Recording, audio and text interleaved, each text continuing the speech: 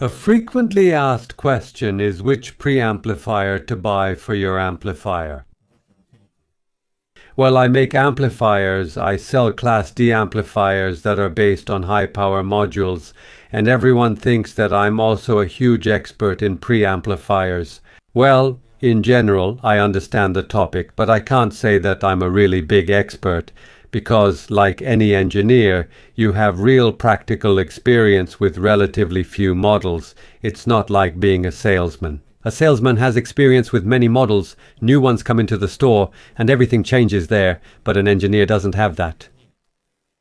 But we can look at this problem in general, just understand the key marketing slogans and see what's important and what's not.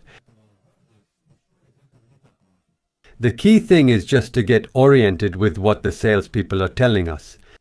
And so I made a general summary, collected information from different sources, the key features of a modern high-quality DAC, a digital to analog converter. So the first thing is support for high resolutions. Well, almost any modern DAC supports that today. There are really no issues with it at all. And that's the PCM standard, and DSD is more of an audiophile standard. I've read various articles about this, and on average there's no difference. Yes, everyone finds some advantages there, but the thing is, our hearing resolution is low, and basically it falls even below that first PCM, so DSD. The industry is trying to promote it, but personally I don't think there's any point in it. And especially striving for this parameter to have both standards is not necessary. High quality components. Well, practically all Chinese ones are all based on American chips, the latest ones. And I would say that the Chinese are even more agile. They use the very latest and all the newest models. But that's a tradition. Just buy something modern, they're all good and all use good chips. Low noise and distortion level. Well, we'll check it later, but they all go off the charts. Absolutely all of them go off the charts. It's not a problem at all. It doesn't matter. They all have very low noise there.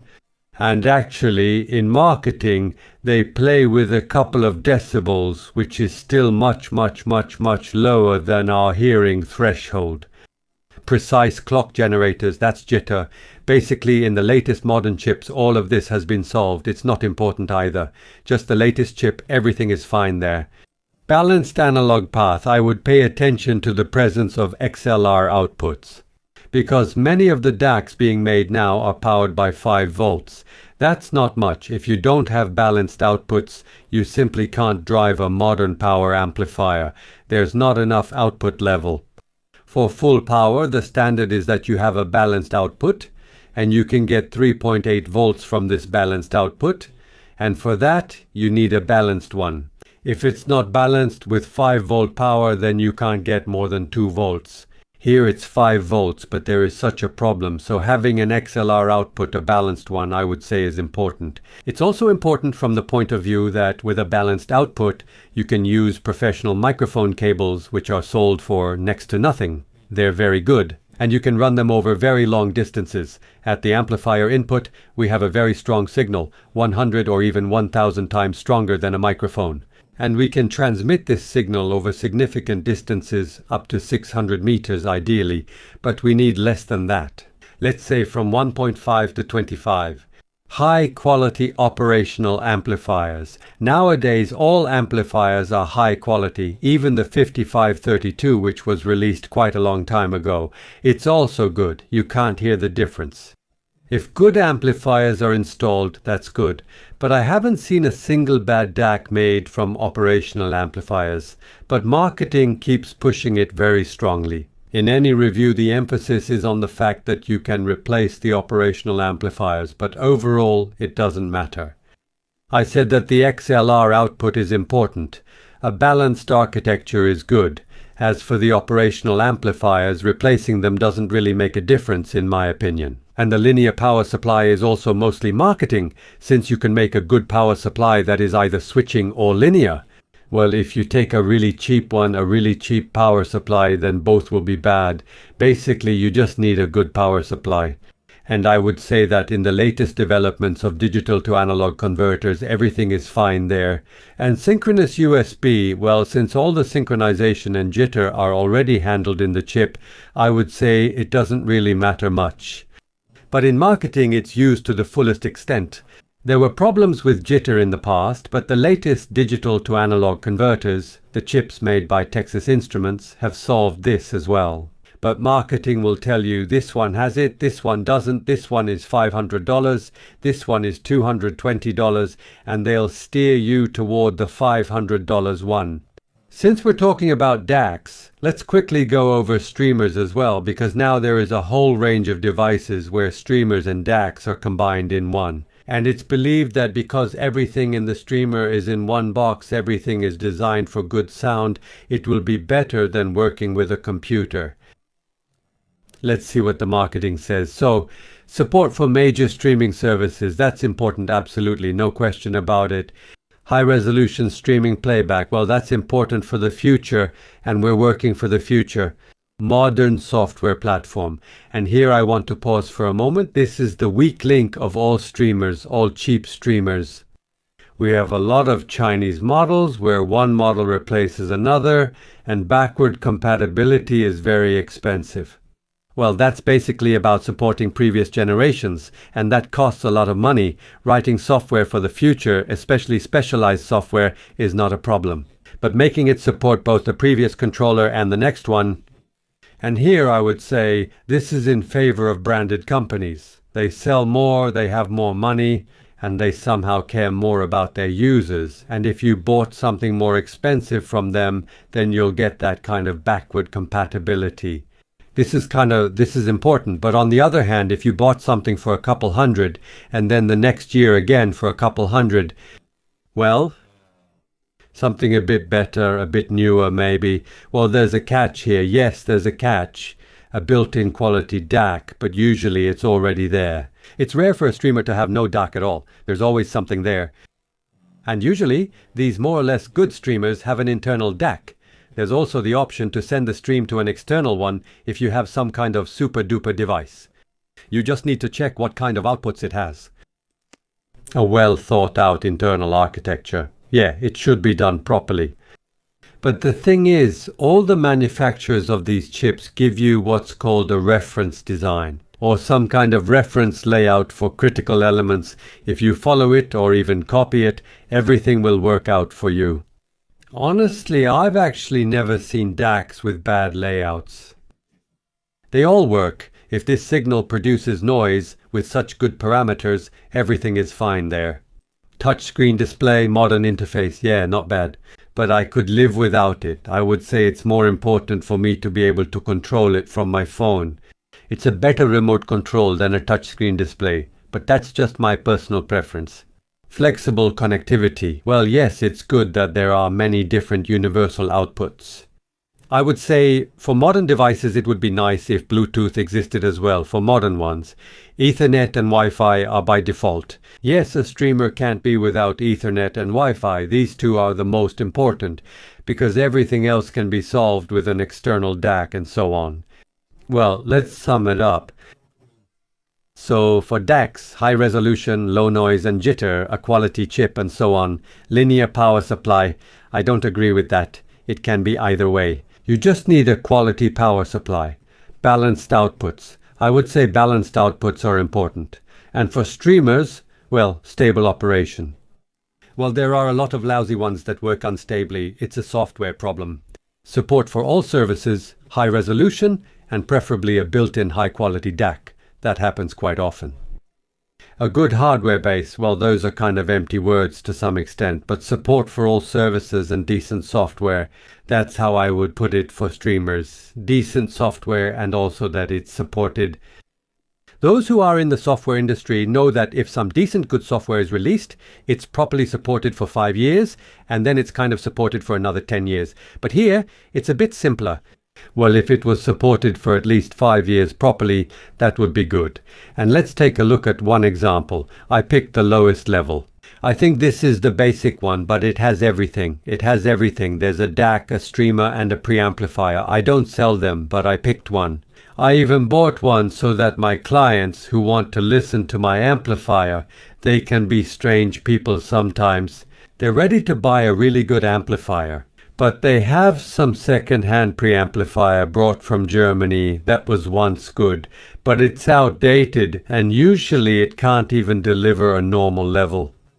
By modern standards, it's such lousy old junk, and then they complain that they can't connect it, the level isn't enough. So I bought them a basic demo setup to show how you should connect it and how it should sound. Then I have no problems with them buying something and not being able to connect it, and then not understanding what is what and how it works. So this is the Fosi ZD3. I liked it. It's a big box that doesn't fit my screen. I'll give it a try. Well, almost everything fit. Well, of course, I opened it. It was packed well inside. Overall, I'll say that the Chinese have mastered this niche, and basically they've gotten to the point where I have nothing to complain about. I like this form factor. It's fine. The size is good. It's in an aluminum case. Yeah, the screen is nice. Everything's good. So the included USB cable is good, and the switching power supply is also good. No interference, nothing like that. So we can use switching power supplies too. What else? 12 volts. Well, you understand that this is a joke, right? If you have a bigger device there, well, you can put two Fosi, connect one on top of the other, but they could have just put a normal one. That's the one where they really pinched pennies. They're saving money somewhere. I just don't get it. They're not thinking about their customers. But the Chinese seem to have done everything they could with these small DACs because they're very good, and these are American chips. In essence, all the core supporting development was provided by the chip manufacturer itself, an American company. All that remained was to assemble it in a good enclosure with a solid design, and that's exactly what they did.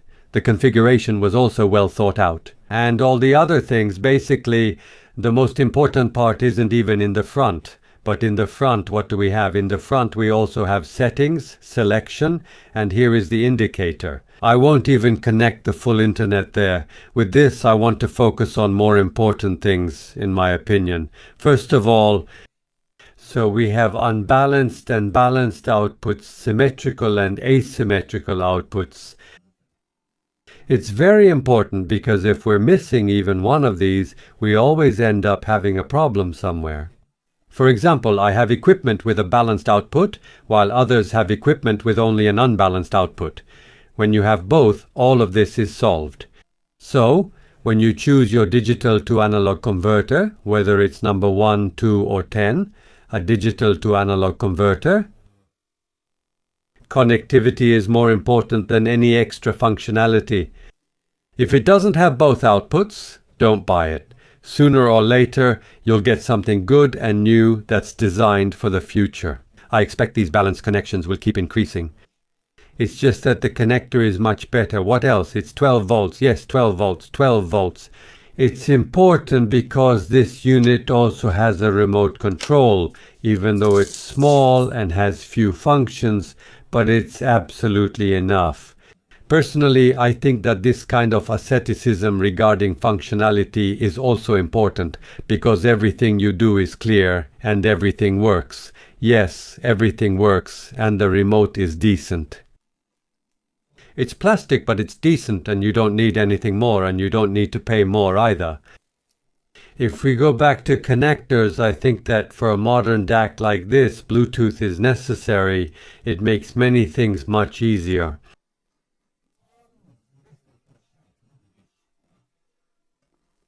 The other outputs can be used, for example, if we run optical from the TV, and then we get good sound on external speakers. There's even HDMI here, but many modern TVs have optical. What's good about optical is that it's completely isolated from ground, and sometimes there are problems with grounding different devices. If we connect something via optical, it's completely isolated, so that's why I said the optical input also makes sense. And of course we connect it to the computer via USB and it works as an external DAC, a digital to analog converter. The price is around €200 and in my opinion for that amount the value and quality it gives you is quite sufficient. And then you can go higher up to about 1,500, but there's no point in buying anything above 1,500. At that point you're already paying for status, that's what I would call it. Yes, then you're just paying for status. Sometimes I get a provocative question. Would you buy one yourself? Do you use it yourself? Why is it in a box? I don't use something like that. I have a slightly different concept of how I see all this development of the future. I use a professional audio interface.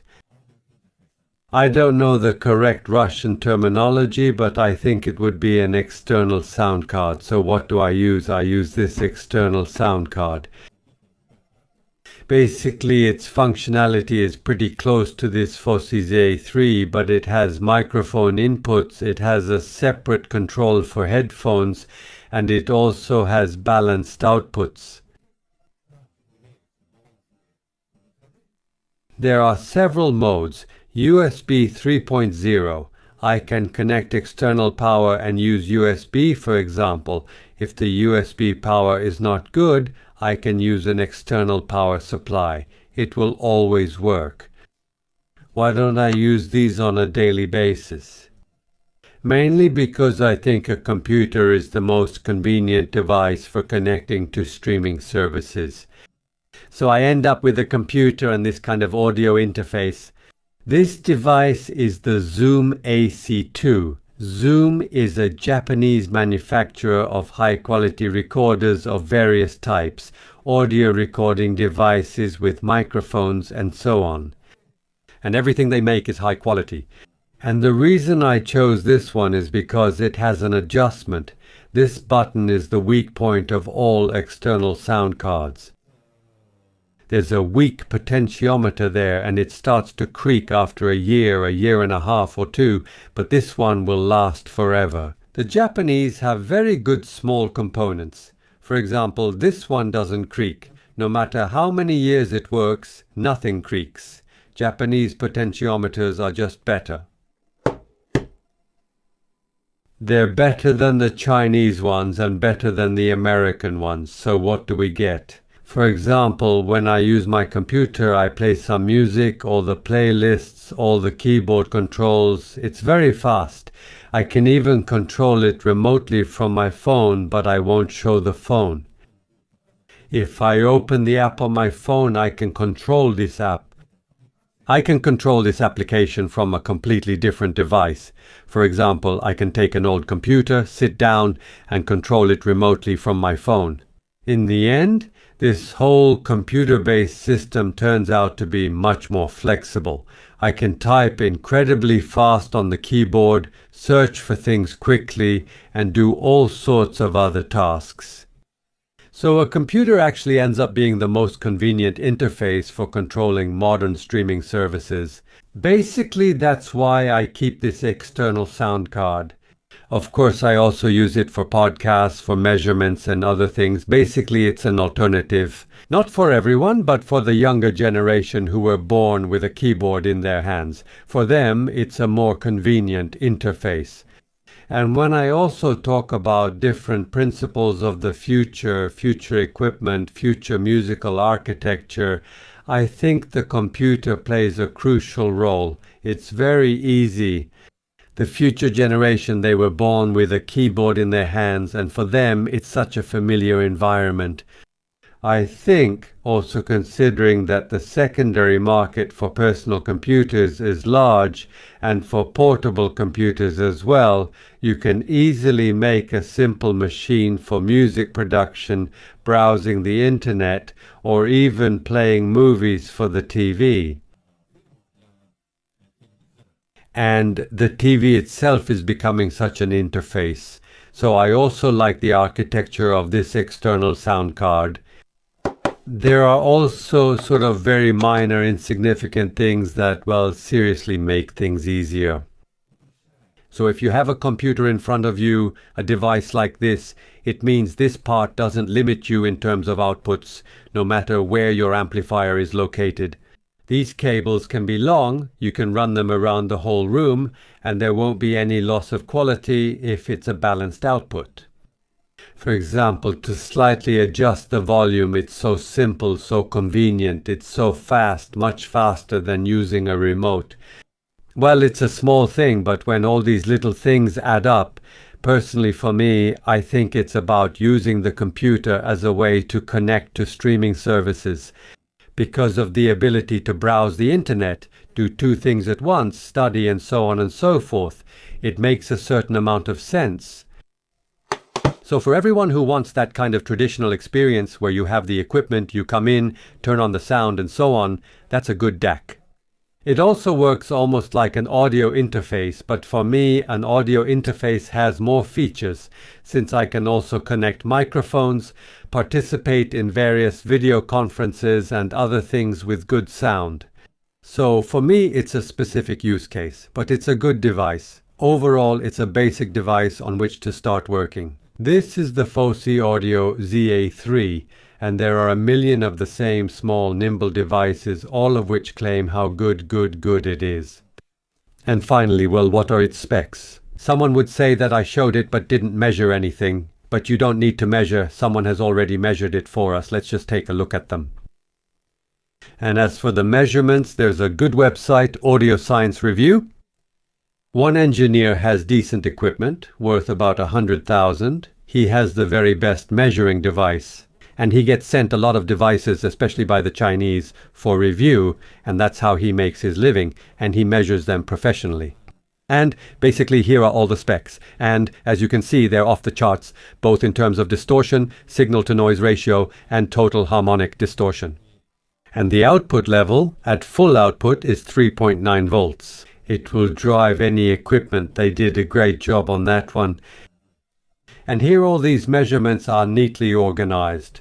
In general, all the latest developments are so good that there's really nothing left to measure or check in terms of parameters.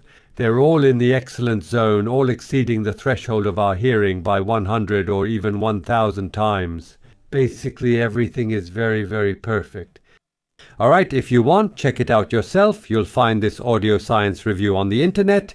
Almost all the popular digital analog models are there. If you want to choose something, you can look at the specs, but it doesn't really make sense.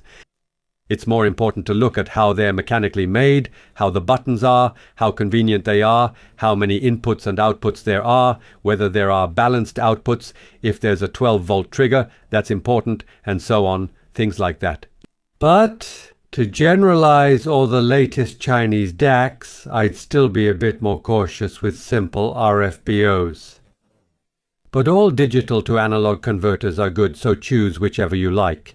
I would say choose ones with balanced outputs. Yes, that's important. And for the rest, well, choose based on what's possible, based on availability, discounts, everything like that. They sound really good. I listened to this one myself. No complaints, absolutely no complaints. So the weakest link is still the speaker. It's still the speaker. And basically, everything we saved by buying a simpler one like this, we put into the speaker, we set it aside, save up money, and then finally we buy a good speaker. And all these other things aren't that expensive.